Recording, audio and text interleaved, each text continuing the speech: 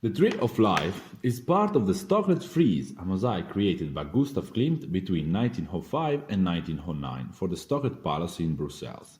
For the creation of the mosaic, Klimt designed panels of 7 meters each, in which the protagonist was the Tree of Life. Inside of the tree there are also the figures of the weight, and of the embrace. There is also the representation of death, an inevitable actors of the life cycle, personified in the black bird of prey resting on a branch. The preliminary cartoons represent a typical example of Klimt's work, who produced his sketches with the precision of a finished work of art. For the preparation of the preliminaries, he used tempera, watercolor, pencils and chalks, and embellished it all with gold and silver applications. There were also numerous annotations written by the artist, in which he described precisely how the various elements of the frieze were to be made. The frieze of the Tree of Life is a work rich in a symbolism, typical of Klimt's production. In the first panel, under one of the trees, we see a dancer who represents the weight, an attitude that can be defined in the femininity expressed by Klimt.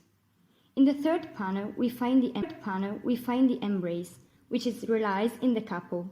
The figure as a whole constitutes a prelude to the well-known painting of The Kiss.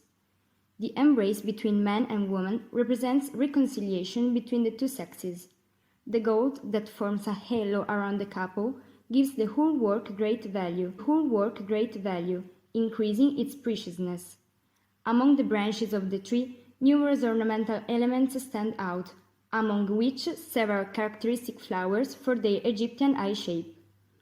The Tree of Life, which represents the salvation arrived to the pagans after the apocalypse, is the symbol of the Golden Age, and once again recalls a very recurrent theme in Klimt's works: the cycle of life as well as of the seasons, and the uninterrupted cycle that leads from death to rebirth. It is also interpreted as a tree of knowledge that leads to the Garden of Eden. Joseph Hoffmann describes it as the garden of art and the love, which, unlike the one in which the Stocklet Palace overlooks, would never have withered. The tree is therefore the backbone of the entire